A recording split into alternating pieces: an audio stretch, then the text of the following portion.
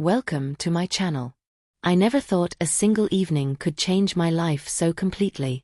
Yet, as I sat on the edge of my bed, staring at the neatly folded dresses and makeup laid out before me, I realized I had stepped into a world I couldn't easily escape. It all started a few weeks ago, when my best friend, or perhaps more accurately, the person I secretly admired more than I ever admitted, invited me over for what seemed like a harmless experiment. But the night had revealed something far darker, far more thrilling, and far more binding than I could have anticipated. My name is Alex, and I'm 22, working as a junior graphic designer in a modest studio downtown. I've always been the guy behind the screen, quietly creating visuals and animations for clients who never knew my name. My work demanded precision and creativity, but outside the office, I was cautious, restrained, afraid to be noticed or judged. My life was simple: work, home, occasional video calls with friends, and a long-distance relationship with Isabella. Isabella. Mentioning her name sent a shiver through me. She was everything I wasn't: confident, bold, unafraid. She could walk into a room and command attention effortlessly, wearing whatever she wanted without a hint of hesitation. And somehow, in the chaos of my own shy, introverted existence, I had fallen for her entirely. She didn't know the half of me, not the half that longed to be seen in a completely different light, not the half that had secretly experimented with eyeliner and nail polish in the solitude of my bedroom. My fascination with crossdressing was a secret I guarded with obsessive care, locking it away as a private thrill, a personal exploration I could never share, even with Isabella. The evening had begun innocently enough. I was invited to meet my friend, Marcus, a man whose charisma was magnetic yet intimidating. He had a peculiar interest in control, not in a cruel way, at least not at first, but in testing limits, exploring boundaries. Our friendship had always been lighthearted, a mix of video game marathons and late-night conversations about everything from movies to fashion. But recently, his curiosity had turned toward me in ways I hadn't anticipated. "Alex," he said casually over coffee one night, "you've got potential. Potential you don't even know you have." He leaned forward, his eyes sharp, intense. "There's a way to bring it out. To see what you're really capable of." I had laughed nervously, unsure of where this was going, trying to deflect. What do you mean?" He smirked. "I mean control. Transformation. Power. I can help you see yourself differently, but only if you're willing to let go of what you think you know about yourself." I'd scoffed, brushing it off as one of Marcus's weird experiments.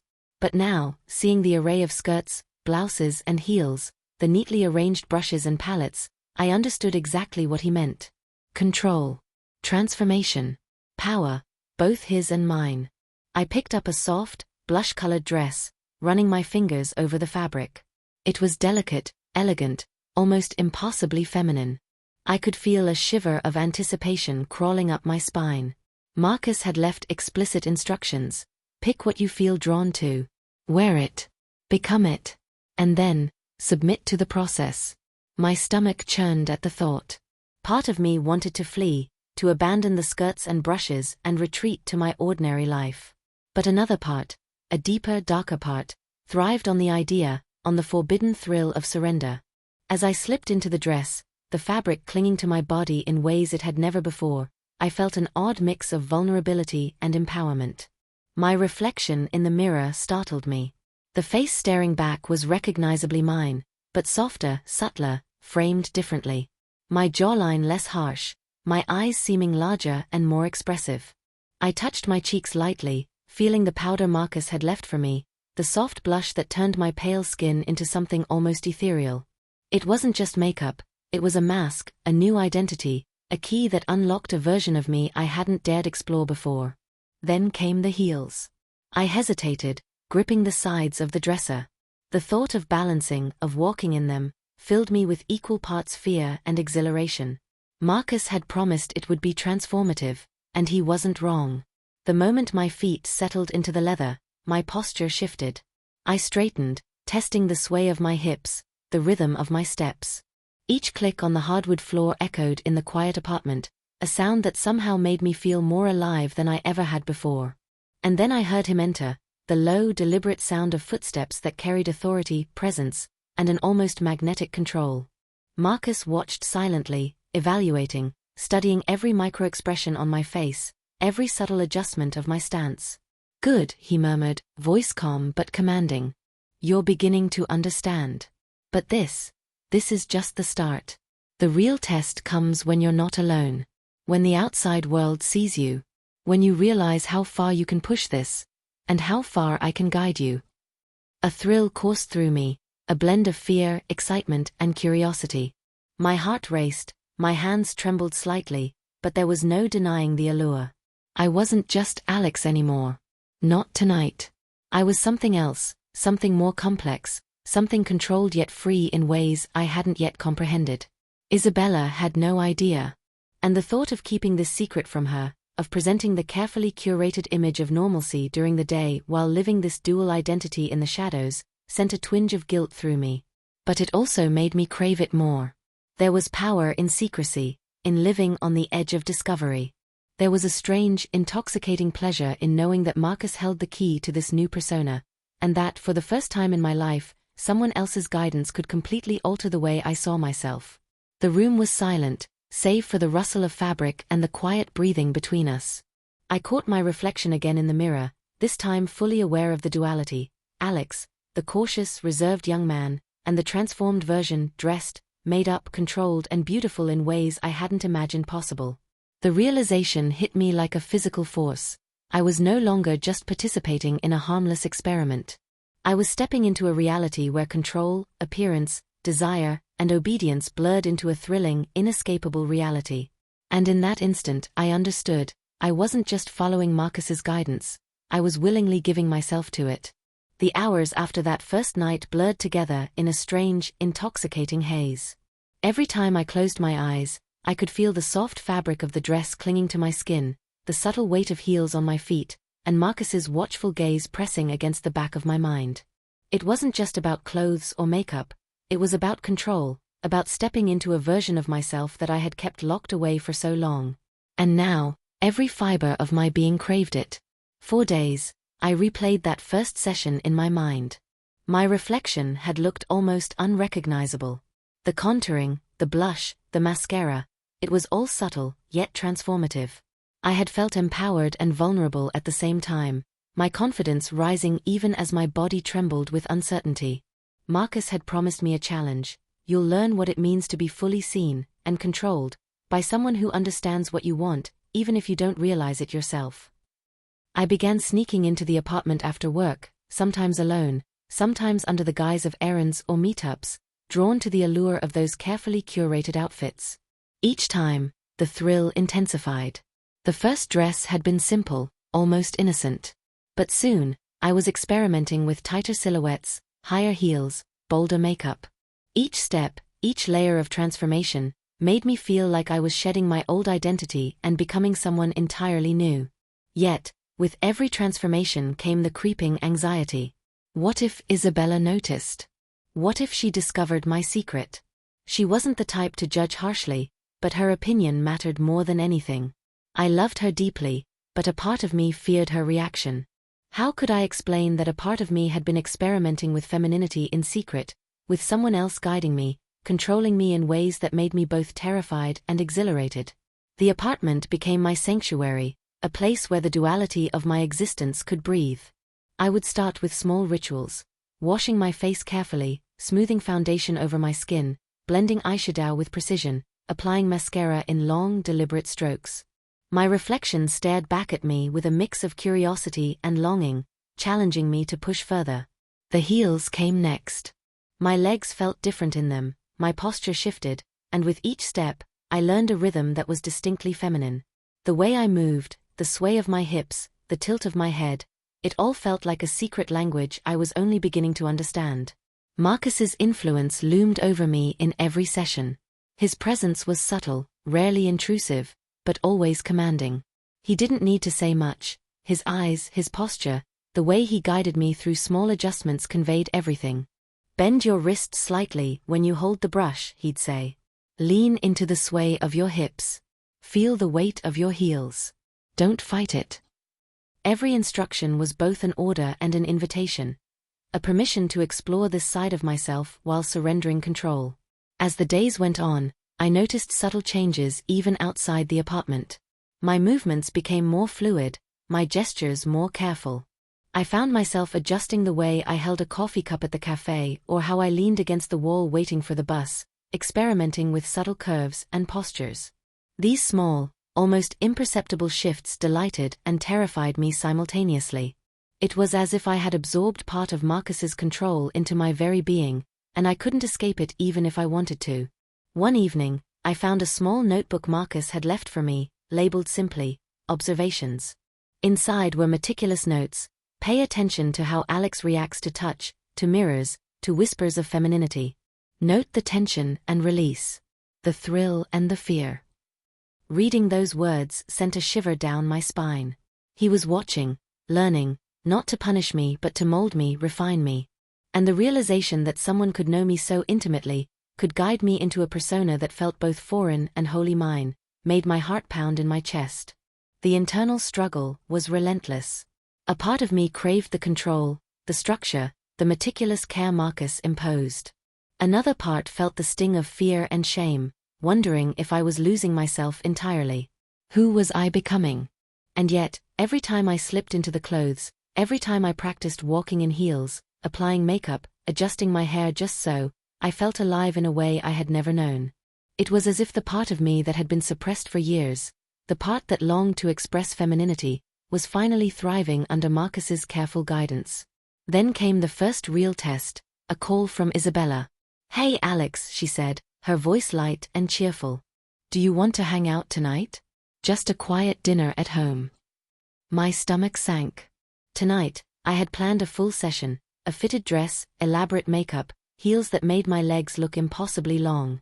I wanted to immerse myself fully, but now Isabella would see me, or worse, I'd have to hide everything. The panic made my hands shake as I texted back, "Can't tonight, sorry. Lots of work."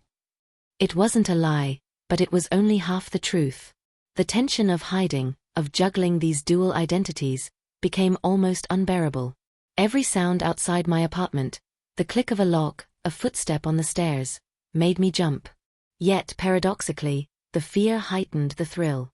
I was living on a razor's edge, teetering between secrecy and exposure, control and submission, fear and exhilaration. Marcus's lessons became increasingly intricate. He encouraged me to explore not just appearance but mannerisms, speech, and even emotional expression. "It's not just the dress," he told me one evening. "It's the way you carry yourself, the way you inhabit this form. The moment you feel it in your core, it's not just an outfit, it's a reality." I practiced endlessly. Standing before the mirror for hours, I adjusted my posture, smiled, tilted my head, learned to navigate space with the confidence of someone entirely different from the man who had entered the apartment that day. Each session blurred the line between fear and delight. Every new technique, every subtle nuance of movement made me more acutely aware of the duality within me. I wasn't just crossdressing, I was transforming, evolving, becoming someone who could never go back to the old version of myself. But then came moments of hesitation. A brush slipped. A heel wobbled.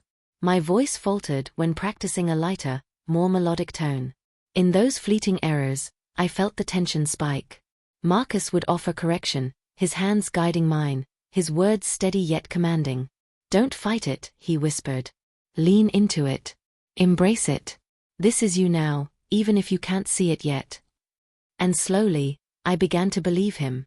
Not just in the apartment, not just in the controlled environment of his guidance, but in small moments outside, a carefully positioned hand on a coffee cup, the tilt of my chin while waiting for a cab, the subtle sway when walking down a hallway. I was learning to walk, talk, and exist as this new version of myself, while the old Alex remained hidden, suppressed, yet aware of the transformation taking hold. The suspense built steadily. I knew Isabella's eventual discovery was inevitable, and the thought made my heart race. What would she say? Would she understand? Or would this secret, this carefully nurtured duality, shatter everything? The thrill of the unknown pressed against me, both terrifying and intoxicating. By the end of the 5th week, I was no longer merely practicing. I was living the transformation, inhabiting it fully in every movement, every gesture, every heartbeat. Marcus had guided me, shaped me, controlled me, but in doing so, he had also awakened a part of me I could never ignore. And as I stood before the mirror, dressed in my most elaborate ensemble yet, heels clicking softly against the hardwood floor, I realized one undeniable truth: there was no going back. The line between Alex and this new self had blurred completely. And soon, that line would be tested in ways I couldn't yet imagine. The next week was a whirlwind of secret rehearsals and subtle changes. Each morning, I woke with the memory of last night's transformation lingering like a second skin. The scent of Marcus's cologne, the soft fabric of the dresses, the precise application of blush and eyeliner. It all clung to me, even after I changed back into my usual clothes for work. The duality was becoming exhausting, yet addictive. At the office, I found myself hyper-aware of every glance. My colleagues had no idea what I was experiencing. To them, I was the same Alex they had always known. Yet inside, my posture, my gestures, even my expression had started to shift. I caught myself unconsciously tilting my head, adjusting my grip on a pen, mimicking the elegance Marcus had instilled in me. These subtle habits thrilled me, but also terrified me. Was I already slipping too far into this new persona? One evening, Marcus suggested a more daring challenge. "Tonight," he said, his voice low and commanding, "you'll wear something that pushes your boundaries. Heels higher than you're comfortable with, makeup bolder, a dress tighter. You'll move, speak, and act entirely as her. And I'll watch." The words sent a shiver down my spine. I had already experienced the exhilaration of control, but now it felt like an entirely new test, one that would expose just how deeply Marcus's influence had taken root. I prepared meticulously. I selected a fitted dress in deep burgundy that hugged every curve, paired with heels that elevated me in more ways than one. My hands trembled slightly as I applied makeup, blending foundation flawlessly, tracing eyeliner with careful precision, and adding a bold red lipstick that transformed my face completely. The mirror reflected someone I barely recognized, yet I felt an undeniable connection to her, to this version of myself that had been hidden for so long. Marcus watched silently, his presence both comforting and commanding. "Walk," he instructed, gesturing toward the open space in his apartment. I obeyed, feeling the unfamiliar weight of the heels under my feet. Each step was deliberate, cautious, and yet growing more natural with each repetition. My body responded instinctively to his guidance, tilting, swaying, and moving in ways I had only dreamed of. But the thrill was accompanied by tension. Every noise outside the apartment made my heart race. What if Isabella called unexpectedly? What if someone arrived at the door? The thought of being caught in this fully transformed state both terrified and excited me. It was the ultimate test of my duality, of my ability to exist as both Alex and her, simultaneously. As the night wore on, Marcus pushed further. He instructed me to sit, cross my legs, adjust my hair, and even practice expressions of subtle flirtation and charm. Each instruction was a challenge, forcing me to inhabit this persona fully, not just in appearance but in spirit. The sensation was intoxicating. I felt vulnerable, exposed, yet powerful in ways I had never known. Hours passed, and by the end of the night, I was exhausted yet exhilarated. My legs ached from the heels, my face felt warm from the makeup, and my heart pounded with the thrill of having fully submitted to this new identity.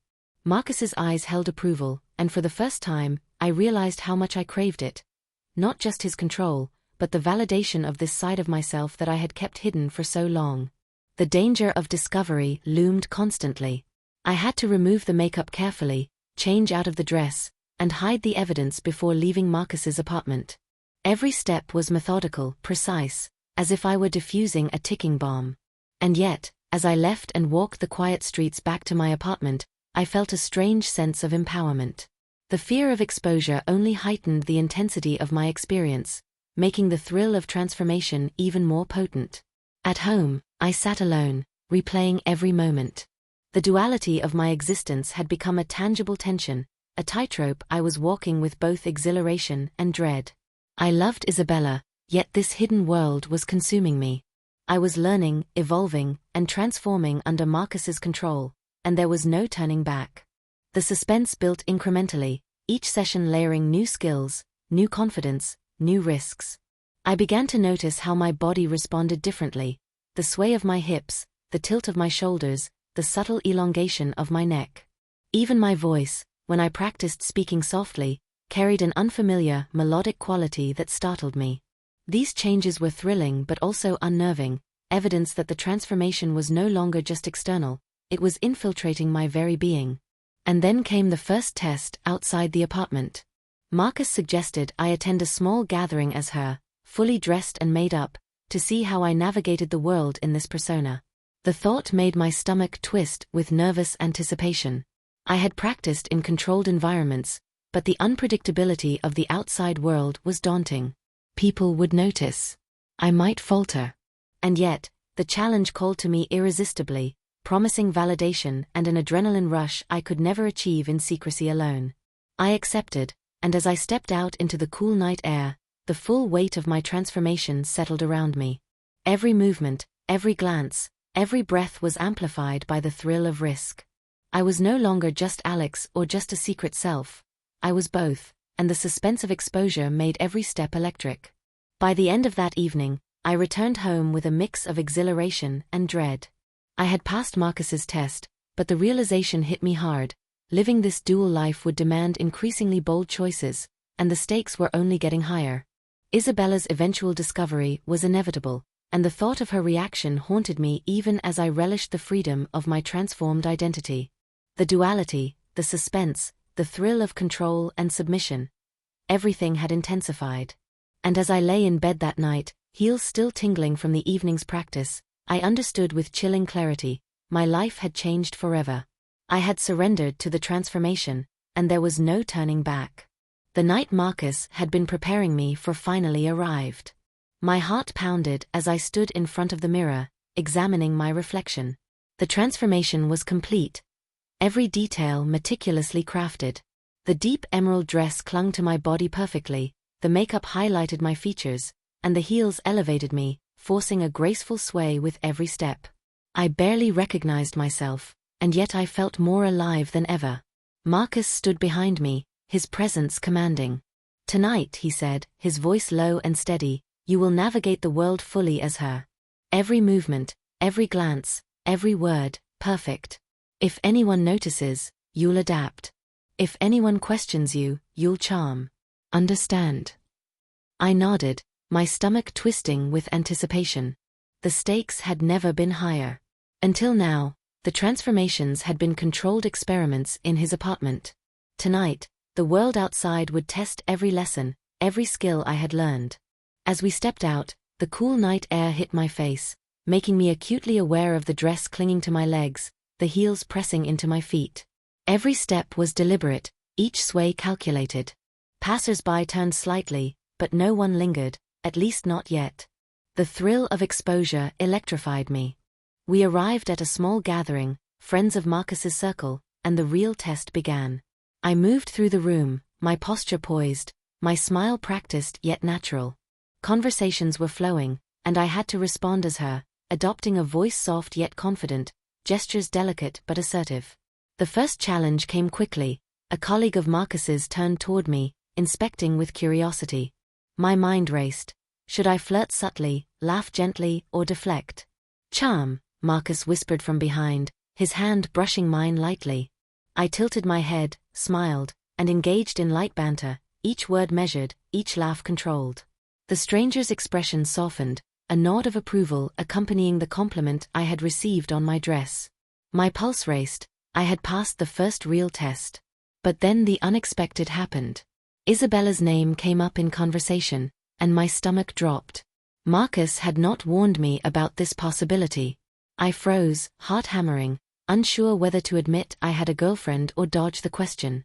The tension tightened like a noose around my chest. Marcus leaned in close. "Breathe. Adapt. You know what to do." I smiled nervously, deflecting with charm and redirecting the conversation. The adrenaline surged. I was walking a tightrope, balancing my dual identity in front of strangers while trying to avoid exposure to someone I loved. Every movement felt magnified, every misstep potentially catastrophic. The night escalated. Another guest, a woman with a piercing gaze, complimented my heels but asked how I managed to walk so gracefully. My legs trembled, the heels unstable, but I forced myself to stand taller, adjust my posture, and respond with practiced confidence. Marcus watched intently, his eyes approving, yet I could feel the pressure. One misstep, one faltering word, and everything could unravel. The climax reached its peak when the host of the gathering unexpectedly invited me to participate in a small dance demonstration. Panic surged through me. I had practiced walking, posing, and sitting, but dancing? The thought of stumbling, of revealing the delicate vulnerability beneath this carefully constructed persona, terrified me. "Trust yourself," Marcus whispered. I took a deep breath, letting the persona fully take over. The music began, and I moved in rhythm, heels clicking against the polished floor, dress swaying with each step. My body remembered the lessons, the curves, the subtle flirtations.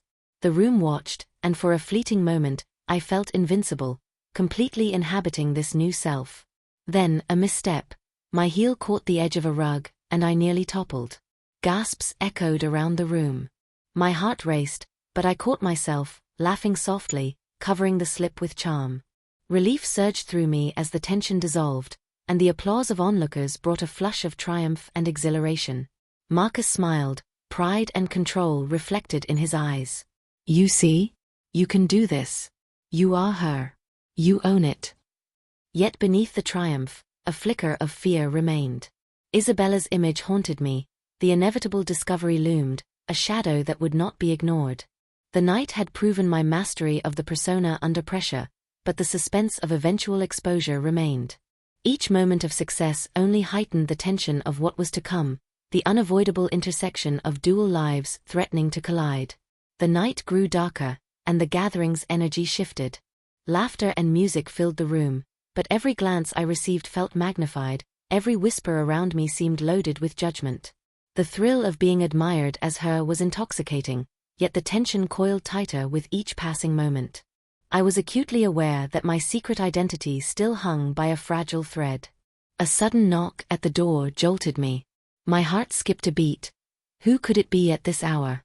Marcus's eyes narrowed, a flicker of warning crossing his face. "Go see who it is," he murmured, though his tone carried the weight of command rather than suggestion.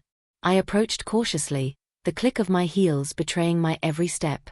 Peeking through the peephole, I saw Isabella standing there, drenched from the evening rain, her expression a mix of confusion and concern. My chest tightened. She had come home early. This was the scenario I had dreaded. I froze.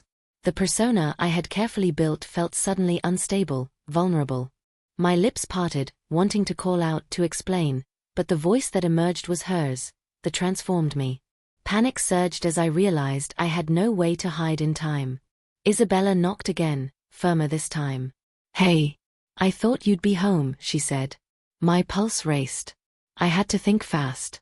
Marcus stepped closer, whispering, "Stay calm. Own it. Don't break." Taking a shaky breath, I opened the door, forcing a smile that felt more like armor than warmth.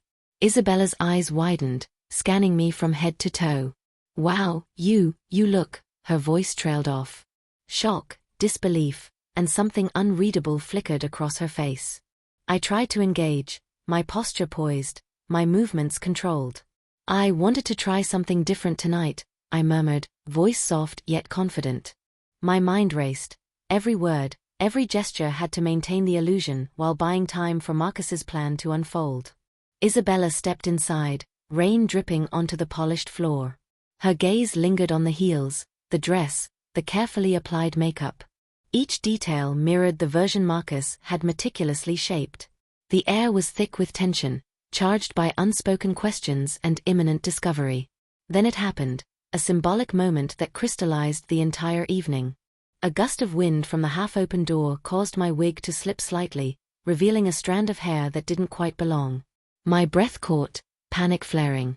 I reached to adjust it, but Isabella's sharp eyes caught the movement.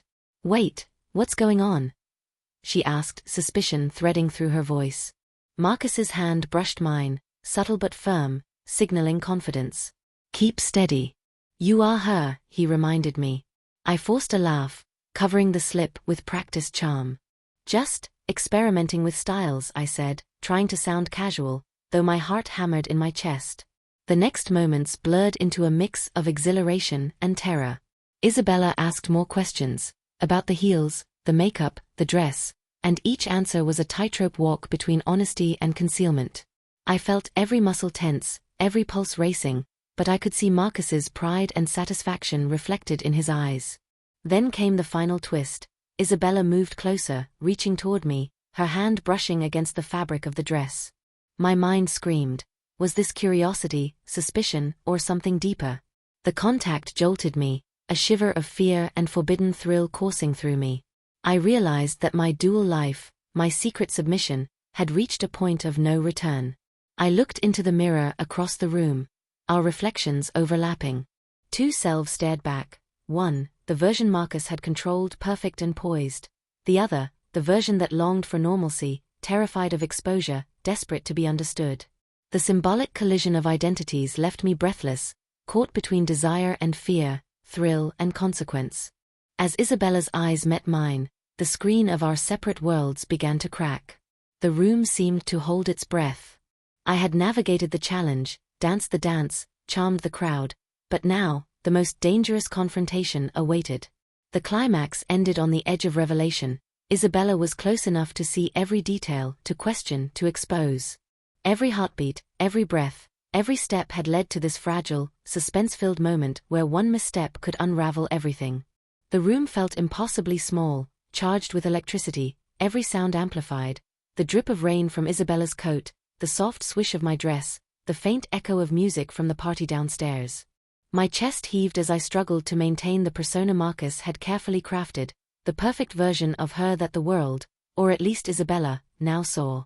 Isabella took a cautious step closer, her eyes scanning every detail, lingering on the heels, the perfectly painted nails, the subtle shimmer of makeup.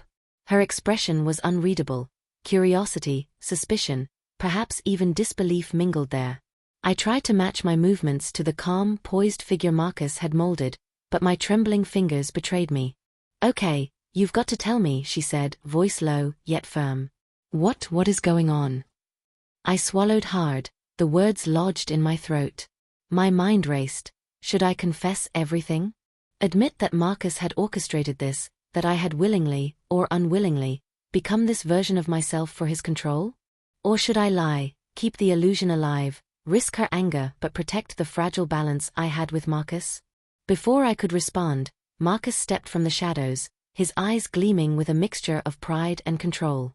"She's exactly as she should be," he said, voice smooth, commanding. "All in place. Perfect." Isabella's gaze flicked between us, realization dawning slowly. "Wait, what do you mean, perfect?" Her tone shifted from curiosity to confusion, a hint of alarm creeping in. The air tightened around us, thick with unspoken tension. I felt a shiver run down my spine. The thrill of the night, the danger of exposure, all combined in one piercing moment. I had danced on the edge of this transformation for so long, but now the cliff was beneath my feet. One wrong word, one hesitant movement, and everything would collapse. Marcus took a step forward, and instinctively, I mirrored him, positioning myself exactly as he had trained me.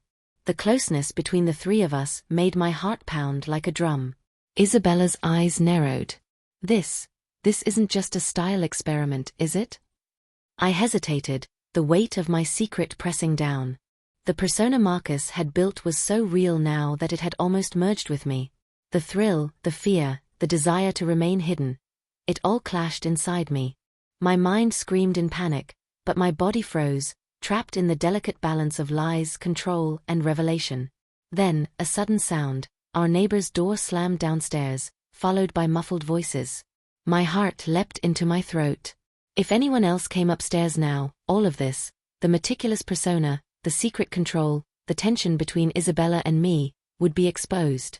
I felt a cold sweat bead along my spine, the dress clinging uncomfortably as if mocking my predicament. Isabella took another step closer, tilting her head. "I can feel it. Something's different. You're not fully yourself." Her voice was soft now, probing, but every word cut deeper than a knife. I forced a laugh, trying to mask my terror, but it came out brittle, unconvincing. I just wanted to try something new," I said, voice shaking. The words sounded hollow even to me. Marcus's hand brushed mine subtly, a silent reminder: stay in character, stay controlled. I nodded imperceptibly, gripping the edges of my dress as if it could anchor me to reality. Isabella's eyes flicked to Marcus. "And you, what's your role in all this?" she asked sharply, suspicion now fully awakened. The tension in the room became a living thing, wrapping around us, tightening with every second. My pulse raced. This was it, the moment where everything could shatter. I was caught between two worlds, the controlled, polished persona that Marcus demanded, and the terrified, vulnerable self that Isabella knew and loved.